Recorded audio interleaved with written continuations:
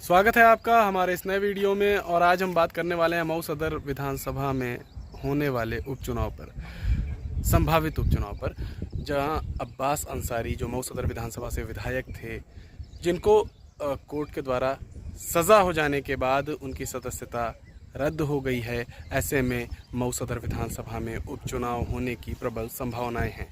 और ऐसे में जो तमाम राजनीतिक दल हैं, विशेष रूप से सत्ताधारी पार्टी भारतीय जनता पार्टी की बात करें अगर, और मुख्य विपक्षी दल समाजवादी पार्टी, इन दोनों दलों के द्वारा आखिर प्रत्याशी कौन होगा और मऊ सदर विधानसभा में अगर उपचुनाव होता है तो किस पर दांव लगाएंगी ये पार्टियां, इसको लेकर भी काफ़ी चर्चाएं देखने को मिल रही हैं।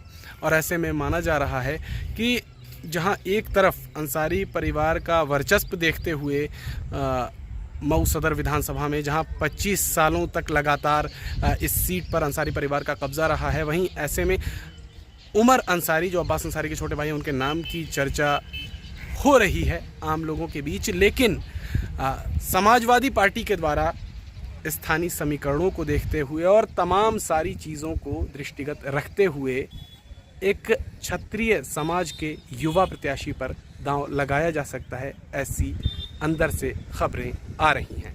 और इन तमाम चीज़ों पर बात करने के लिए आज हमारे साथ मौजूद हैं मऊ के जाने माने पत्रकार फहद काज़मी साहब। पर चर्चा करेंगे।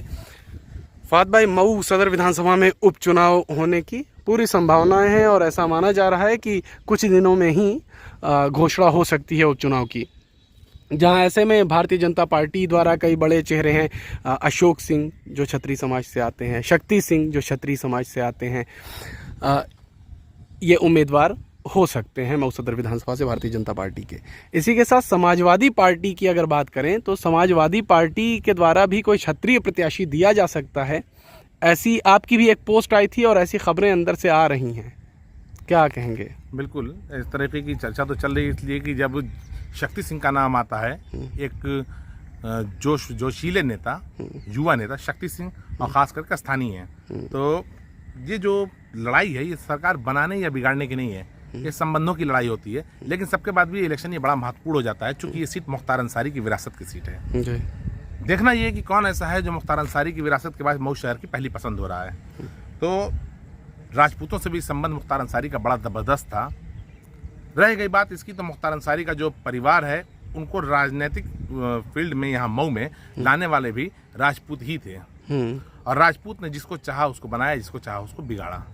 तो क्या उनको आपने कहा मुख्तार अंसारी को मऊ की राजनीति में एंट्री करवाने वाले राजपूत थे, तो क्या अब समाजवादी पार्टी के बैनर तले अंसारी परिवार किसी राजपूत की एंट्री करवाने वाला है क्या? बिल्कुल, आप ये कह सकते हैं, चाहे तो अंसारी परिवार उसकी एंट्री करा रहा हो, या फिर मुख्यालय से ही समाजवादी पार्टी के मुख्यालय से ही हो सकता है उस युवा राजपूत का, स्थानीय युवा राजपूत का नाम उजागर कर दिया जाए। लेकिन जो चर्चाएं अंदर चल रही हैं, गोपनीय चर्चाएं चल रही हैं, उस पर तैयब पालकी साहब का भी नाम चल रहा है। अगर मुस्लिम चेहरा हुआ तो अल्ताफ अंसारी साहब का भी नाम चल रहा है, चूंकि वो ऑलरेडी चुनाव लड़ चुके हैं, लेकिन लड़ाई उनकी मुख्तार अंसारी से थी, इस वजह से वो चुनाव नहीं जीत पाए। कोशिश उन्होंने बहुत किया, एक मजबूत उम्मीदवार हैं, लोगों में अच्छी पकड़ भी रखते हैं। वहीं तैयब पालकी साहब हैं जो काफी भारी मतों से चुनाव लड़े थे, वो भी शहरी क्षेत्र नगर क्षेत्र मऊ से, नगर पालिका में 80,000 वोट उन्होंने प्राप्त किया था।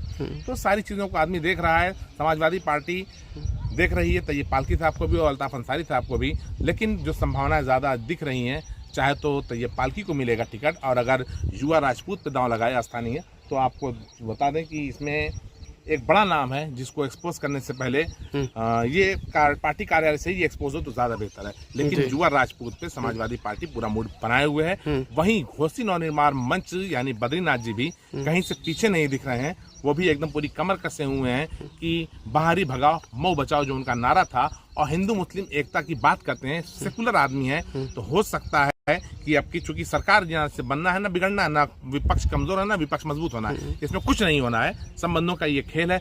हो सकता है कि शायद अगर कोई बढ़िया प्रत्याशी घोसी नवनिर्माण मंच यानी बद्रीनाथ जी उतार दें, तो हो सकता है ये सीट उनके खाते में भी चली जाए, बाहरी भगाओ मऊ बचाओ जो उनका पहला नारा था। तो बद्रीनाथ जी भी काफी जो खरोच के साथ नजर आ रहे हैं। फिलहाल ये 3 मोर्चा दिख रहा है, लेकिन चूंकि ज्यादा प्रबल संभावना ये दिख रही है कि बसपा जो है अपना कोई प्रत्याशी नहीं उतारेगी, चूंकि बसपा के उपचुनाव नहीं लड़ती है, उपचुनाव में नहीं लड़ते हैं, और उपचुनाव में मात्र 20 महीने का कार्यकाल करीब बचा हुआ है। इस 20 महीने के कार्यकाल में लंबा पैसा लगा करके चुनाव लड़ना हर आदमी नहीं सोचता है। तो काफ़ी अहम जो पॉइंट्स थे उसको उजागर किया और उस पर प्रकाश डाला। और एक ख़ास बात ये भी है कि ये एक उपचुनाव है, तो उपचुनाव कैंडिडेट के चेहरे पर होगा। ऐसा नहीं है कि भारतीय जनता पार्टी किसी को भी टिकट दे दे और योगी मोदी के चेहरे पर वो प्रत्याशी चुनाव जीत जाए। और इसी के साथ समाजवादी पार्टी अंसारी परिवार पर नहीं बल्कि क्षत्रिय समाज से आने वाले किसी युवा पर दांव लगा सकती है, ऐसी अंदर से खबरें आ रही हैं।